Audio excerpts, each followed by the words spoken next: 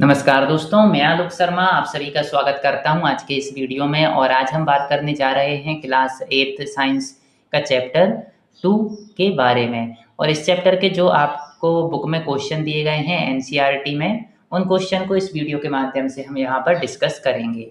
सबसे पहले हम बात करते हैं फर्स्ट क्वेश्चन की। तो फर्स्ट क्वेश्चन में आपको दिया गया है कि यहाँ पर सेल के कुछ पार्ट दिए गए हैं। यहाँ पर nucleus, cytoplasm, chloroplast, cell wall, cell membrane और न्यूक्लियोइड। तो आपको एक डायग्राम भी दिया गया है। यहाँ पर आपको बताना है कि ये जो पार्ट हैं इनमें से किस किस प्लेस पर इनको आप यहाँ पर लिखेंगे। और ये डायग्राम कैसा है, इस डायग्राम में आपको 3 सेल के बारे में बताया गया है, एनिमल सेल, बैक्टीरियल सेल और प्लांट सेल के बारे में। ये वाला जो सर्किल है ये आपका एनिमल सेल का है, ये बैक्टीरियल सेल का है और ये आपका प्लांट सेल का है। तो इनमें से जो पार्ट एनिमल सेल के अंदर हैं उनको आप यहाँ पर लिखेंगे, जो बैक्टीरियल सेल के अंदर हैं उनको यहाँ पर लिखेंगे और जो प्लांट सेल के अंदर हैं उनको आप यहाँ पर लिखेंगे। और ये पार्ट आप देख रहे हैं तीनों सर्किल में ये कॉमन है। तो ऐसे पार्ट जो तीनों सेल में पाए जाते हैं उनको आप यहाँ पर लिख देंगे। तो सबसे पहले आपको पता होना चाहिए कि कौन सा पार्ट किस सेल के अंदर पाया जाता है यहाँ पर।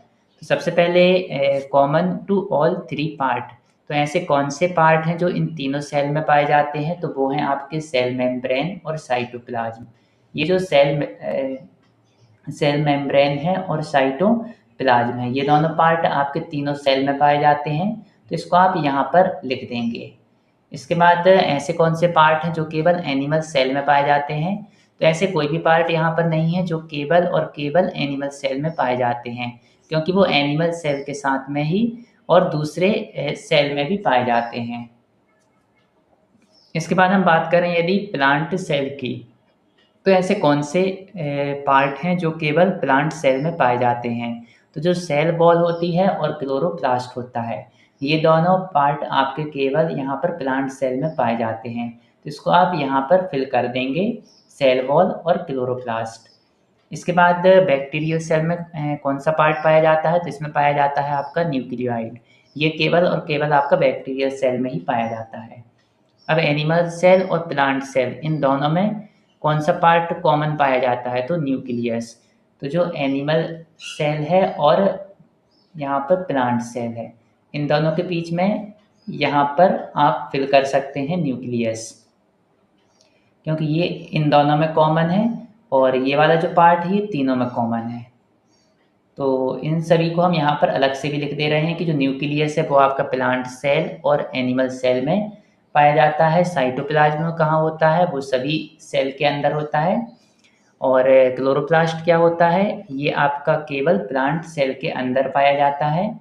और सेल वॉल क्या होता है, ये प्लांट सेल और बैक्टीरियल सेल इन दोनों में पाया जाता है। सेल मेम्ब्रेन ये भी सभी सेल में यहाँ पर पाई जाती है। न्यूक्लियाइड कहाँ पाया जाता है, बैक्टीरियल सेल में।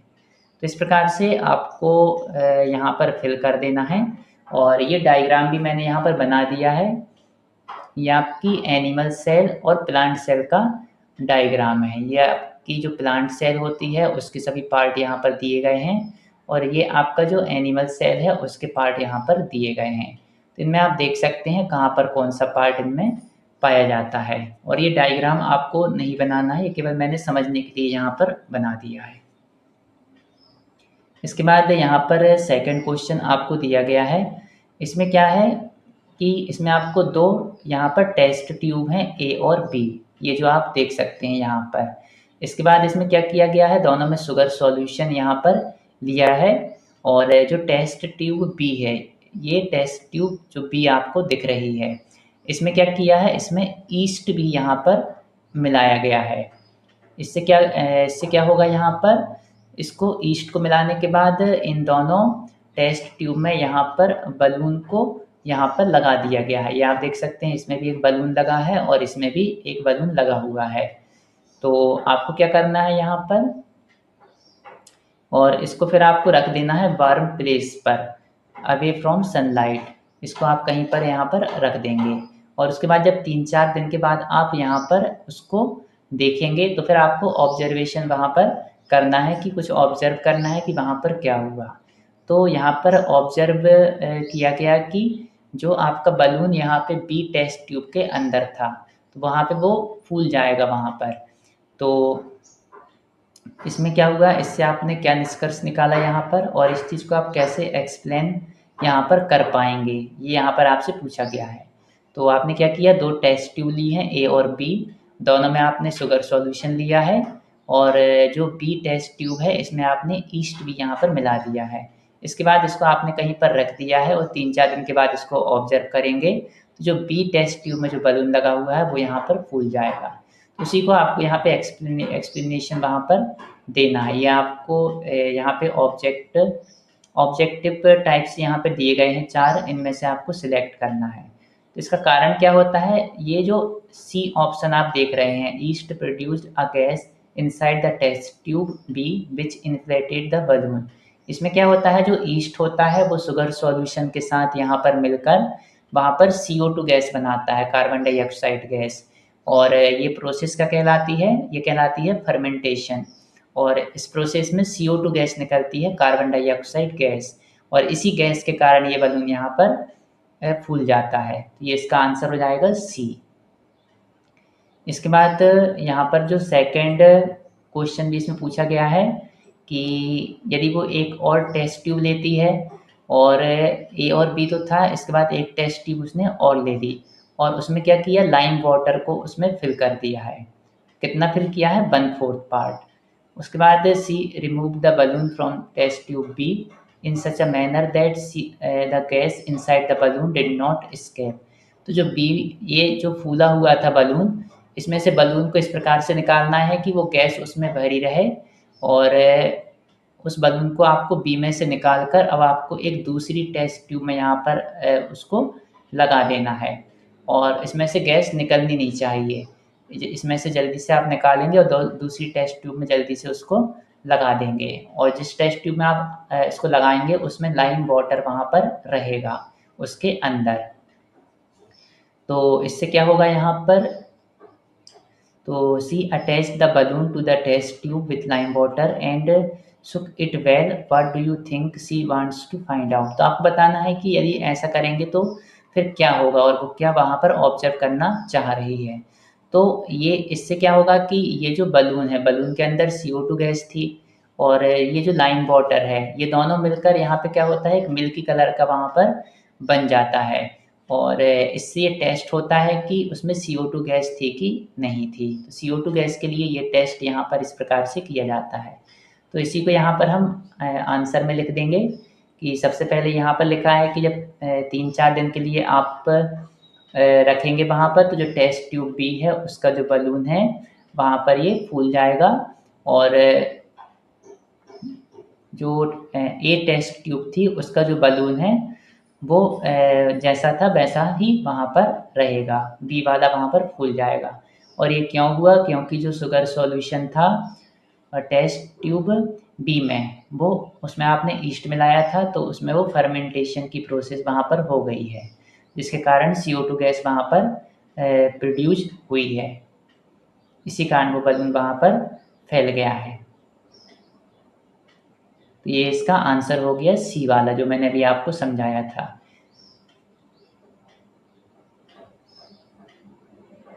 इसके बाद जो सेकंड वाले का आंसर था वो भी यहाँ पर मैंने लिख दिया है कि जो बलून आपने अटैच किया था जिसमें लाइम वाटर लगा हुआ था, तो इसमें क्या हुआ कि जो गैस उसमें प्रेजेंट थी उस गैस का यहाँ पर टेस्ट किया गया था कि वो गैस आपकी कार्बन डाइऑक्साइड गैस है या नहीं है, क्योंकि जो लाइम वाटर होता है वो टर्न हो जाता है एक मिल्की उसमें, और जब कार्बन डाइऑक्साइड गैस उसमें से पास होती है लाइम वाटर में से। तो ये हमारा टेस्ट था इसका, और इस टेस्ट से उसने ये निष्कर्ष निकाला कि जो गैस है वो कार्बन डाइऑक्साइड गैस वहाँ पर है, gas produced by east is carbon dioxide. ये आंसर इस प्रकार से आप यहाँ पर लिख देंगे।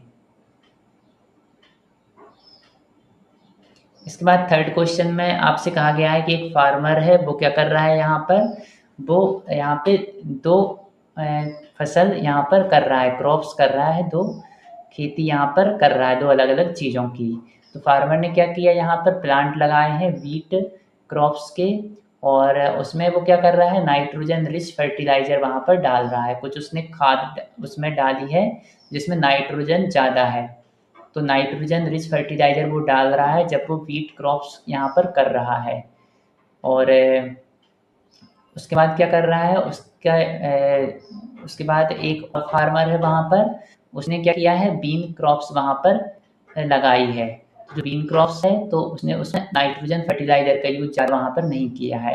तो यहाँ पे आपको रीज़न देना है कि इन दोनों ने ये क्यों किया, कि जो व्हीट क्रॉप्स थी उसमें वहाँ पे नाइट्रोजन रिच फर्टिलाइज़र डाला गया है, और जो बीन क्रॉप्स हैं उसमें कोई भी नाइट्रोजन फर्टिलाइज़र वहाँ पे ऐड नहीं किया है। तो इसका रीज़न आपको लिखना है।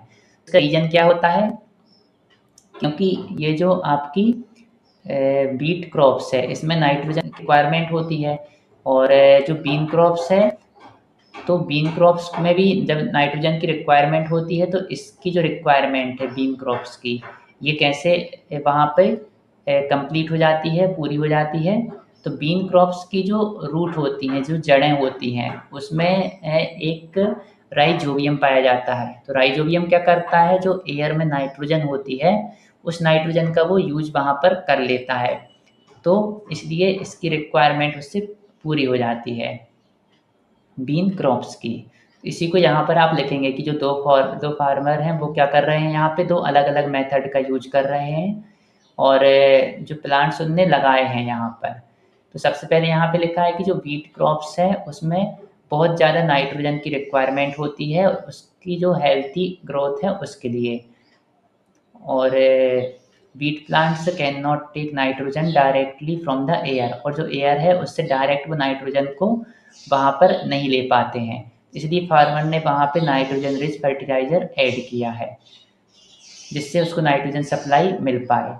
और जब बीन क्रॉप्स की बात हम करते हैं तो ये क्या होते हैं, जो ये पीस होती हैं, बीन्स होते हैं, ग्राम होते हैं, लेंटिल्स होते हैं, इनकी तरह ही इसकी जो रूट होती हैं उसमें रूट नोड्यूल्स होते हैं, और ये जो रूट नोड्यूल्स होते हैं ये क्या है, एक बैक्टीरिया को रखते हैं जिसको हम राइजोबियम बैक्टीरिया कहते हैं।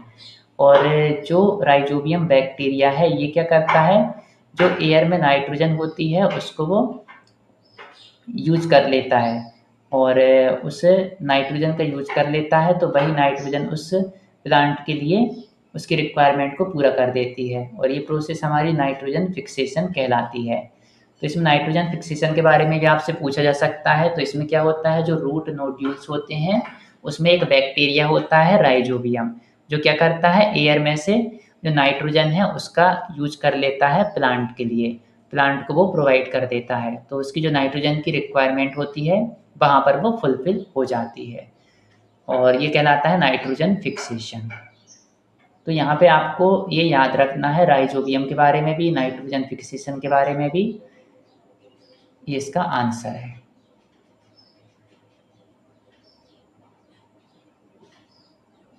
तो ये सेकंड फार्मर को यहाँ पे कोई भी नीड यहाँ पे नहीं थी नाइट्रोजन फर्टिलाइज़र की, क्योंकि जो बीन प्लांट्स था उसने क्या किया, जो नाइट्रोजन है वो नेचुरल तरीके से ही उसने वहाँ पर प्राप्त कर ली एयर से। और राइजोबियम बैक्टीरिया कहाँ पर था, वहाँ पे रूट नोड्यूल में। बात करते हैं फोर्थ क्वेश्चन की। तो यहाँ पर क्या किया गया है कि यहाँ पे दो पिट हैं, ए और बी, दो गड्ढे यहाँ पर किए गए हैं गार्डन में, और जो पहला है यहाँ पर ए पिट ए में यहाँ पे जो घर की हमारी सब्जी होती है, फ्रूट होते हैं, वेजिटेबल होते हैं, उसके जो बच जाती है, जो हमारी सब्जी सब्जी जो हम काटते हैं, तो उसमें से जो उसके छिलके होते हैं, तो वो सब चीज़ें उसने उस पिट ए के अंदर डाल दी हैं, और उसमें कुछ सूखे पत्ते भी वहाँ पे डाल दिए हैं, यहाँ पे जो ड्राई लीव्स थे वो भी उसमें डाल दिए हैं। और जो सेकंड वाला पिट है यहाँ पे पिट बी, उसमें क्या किया गया है, उसमें भी जो फ्रूट होते हैं, जो हमारे वेजिटेबल होते हैं, उनको उस पिट बी में डाल दिया है, पर उसमें जो सूखे पत्ते थे वो वहाँ पे नहीं डाले गए हैं, और दोनों पिट को यहाँ पे बंद कर दिया गया है, और 3 हफ्ते बाद 3 वीक्स के बाद उसने उसको ऑब्जर्व वहाँ पे किया है। तो आपको बताना है कि वो क्या चीज़ को यहाँ पर टेस्ट कर रही है। तो जो पिट ए है उसमें क्या हुआ, तो सबसे पहले आपको पता होना चाहिए कि यहाँ पर जब आप फ्रूट, वेजिटेबल और जो सूखे पत्ते वहाँ पे डालते हैं तो उससे एक बहुत अच्छी वहाँ पे खाद बनकर तैयार हो जाती है, जो प्लांट्स के लिए बहुत ज़्यादा ज़रूरी होती है, उनको तेज़ी से ग्रोथ के लिए उनकी। तो जो पिट ए है उसमें जो वेजिटेबल और ड्राई लीव्स उसने डाली है तो उसमें एक बहुत अच्छी खाद पेड़ों के लिए बन जाएगी। और जो प्लांट बी है वहाँ पर केवल वहाँ पे वेजिटेबल पील्स ही वहाँ पे डाले हैं, तो वहाँ पर वो खाद वहाँ पे नहीं बन पाएगी। तो यहाँ पे आप देख सकते हैं जो पिट ए है उसमें फ्रूट, वेजिटेबल पील्स को मिक्स किया गया है ड्राई लीव्स के साथ। और जो ये लीव्स हैं यहाँ पर, तो इन्हें क्या किया है, यहाँ पर एयर स्पेस प्रोवाइड किया है और कार्बन यहाँ पर प्रोवाइड किया है। तो ये सब क्या करते हैं, ये सब हेल्प करते हैं माइक्रो ऑर्गेनिज्म की, जो कि डिकम्पोज कर देते हैं वेस्ट, जो भी हमारे वेस्ट मटेरियल यहाँ पर यूज होते हैं। ये आंसर यहाँ पर आपको लिखना है। जो पिट बी था उसमें आपने केवल फ्रूट और वेजिटेबल डाले थे और इसमें आपने ये ड्राई लीव्स यहाँ पे नहीं डाली थी। तो इसमें क्या है, जो एयर स्पेस था और जो कार्बन था ये यहाँ पर इसमें नहीं मिल पाया। और जब ये चीज़ें मिलती हैं तो ये क्या करती हैं, माइक्रो ऑर्गेनिज्म को यहाँ पर उसकी वृद्धि में सहायक होती हैं माइक्रो ऑर्गेनिज्म के। तो यहाँ पर जो पिट बी है उसमें क्या होगा कि जो वेस्ट में बिकम टू वेट डिकम्पोजिबोरी, तो वो बहुत धीरे धीरे डिकम्पोज होगा यहाँ पर और कई बार ये एक खराब स्मेल भी यहाँ पर आ सकती है। तो ये आंसर यहाँ पर आपको लिख देना है।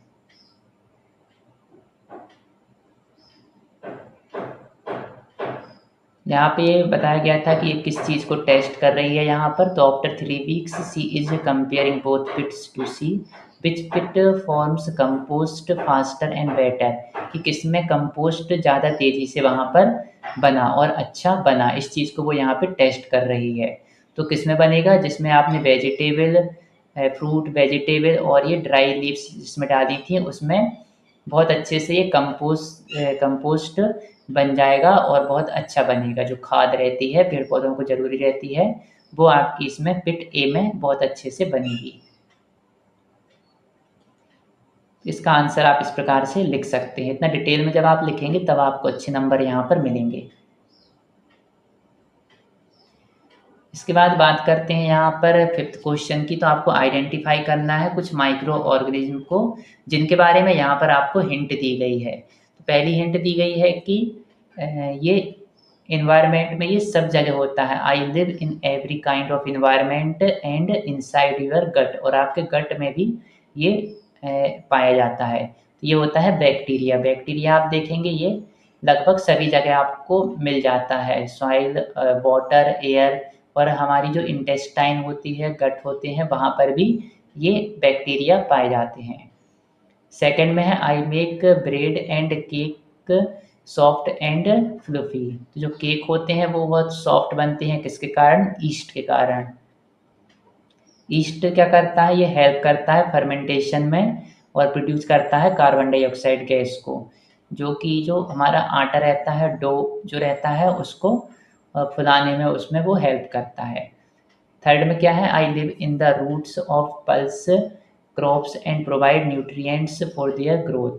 तो अभी आपने देखा था कि जो रूट नोड्यूल्स थे उसमें क्या था, राइजोबियम था। तो यहाँ इसका आंसर आएगा राइजोबियम। राइजोबियम क्या करता है, rhizobium bacteria live in root nodules of pulse plants and fix nitrogen in the soil. ये क्या करता है, नाइट्रोजन को प्रोवाइड करता है प्लांट को। इसके बाद बात करते हैं 6th क्वेश्चन की।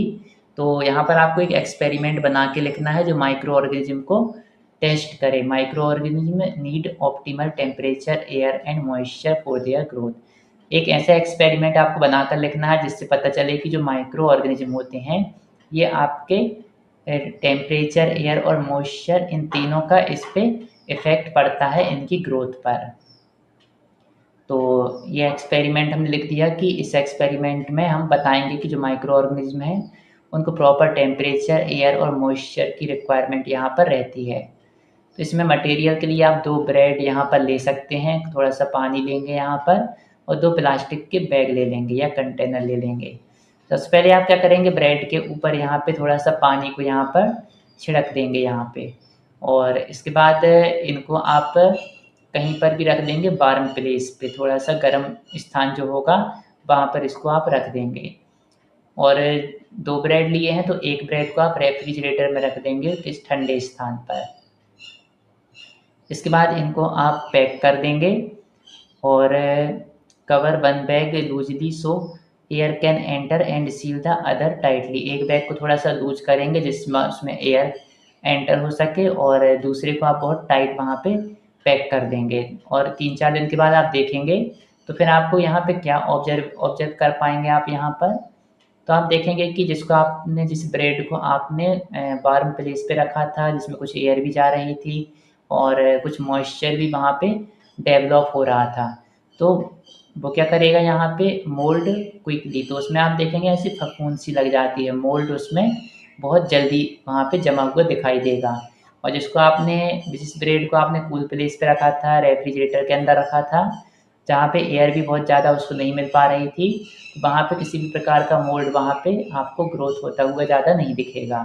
तो इससे क्या पता चला कि जो माइक्रो ऑर्गेनिज्म होते हैं वो बहुत उनको यदि ग्रो होना है तो उसके लिए उनको एक वार्म टेम्परेचर, एयर और मॉइस्चर की रिक्वायरमेंट वहाँ पर होती है। 7th क्वेश्चन में आप देखेंगे कि यहाँ पे आपको 2 बेड लेने हैं और एक को आपको ये सिंक के पास रख देना है और दूसरे को आपको फ्रिजर में रख देना है और 3 दिन के बाद इनको आपको चेक करना है। उसके बाद जो ऑब्जर्वेशन है उसके बारे में आपको यहाँ पर लिखना है। जो 6 क्वेश्चन में अभी एक्सपेरिमेंट किया था तो लगभग वही चीज़ें आपको यहाँ पर भी लिख देना है। तो सबसे पहले एक ब्रेड लिया हमने, उसको सिंक के पास रख दिया वहाँ पर, तो उसमें आप देखेंगे कि हल्की सी मोल्ड वहाँ पे बन गई और हल्की सी स्मेल भी वहाँ पे आ रही होगी।